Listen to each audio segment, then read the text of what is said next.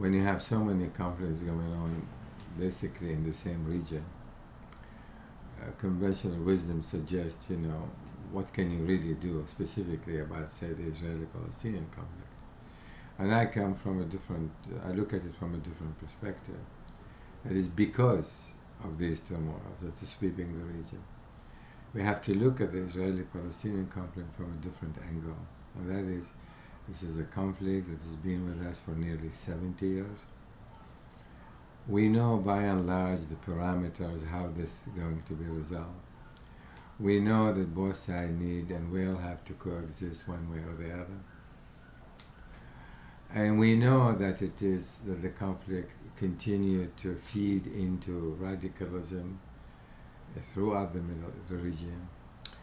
And we also know that time is not in favor of either the Israelis or the Palestinians, and it is much more so actually for the Israelis. So when you put all of this together, you have to ask yourself the question, is it the time? Is it the right time? Is it the wrong time? And I think it's the right time, if for no other reason, and that is, you need to put up this fire out so that Israel, the leading Sunni Arab state, Egypt, Saudi Arabia, the Gulf state, will begin to focus on the other conflict, the more consuming conflict against, with Iran, conflict with ISIS, the conflict with the internal in Iraq itself between the Sunni and the Shia. These are the consuming conflict that to be dealt with, and we don't know what kind of outcome we're going to have there. But we can pretty much gauge what should be the outcome of the Israeli-Palestinian conflict, given that the Arab state today, more than any other time, you have to keep that in mind, more than any other time, see eye to eye with Israel, and they are definitely interested in resolving the Israeli-Palestinian conflict, when in fact also majorities on both sides, Israelis as well as Palestinians, would like to end this conflict and see an end to the occupation and begin to live a normal life.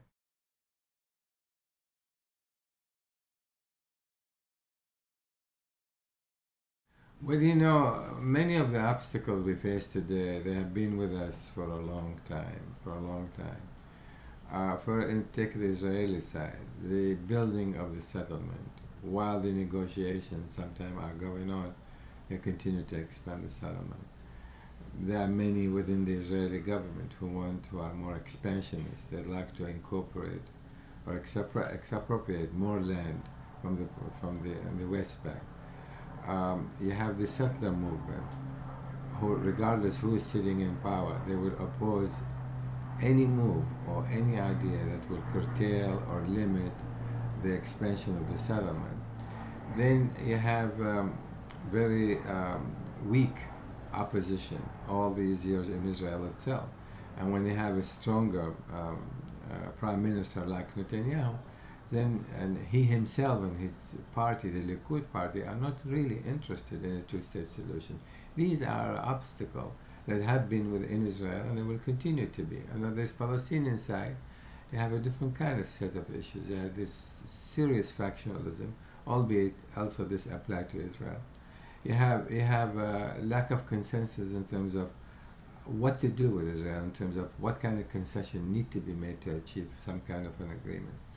There's the public problem, that is, the Palestinians really never involve the public in the negotiations and give them hope and that something may come out of these peace negotiations more than 3 or 4 times over the last 20 years. So when you put it all together, you realize that neither side is ready. In terms of the public itself has not been informed.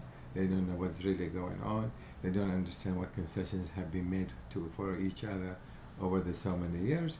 And that has and will continue to impede the progress in the future.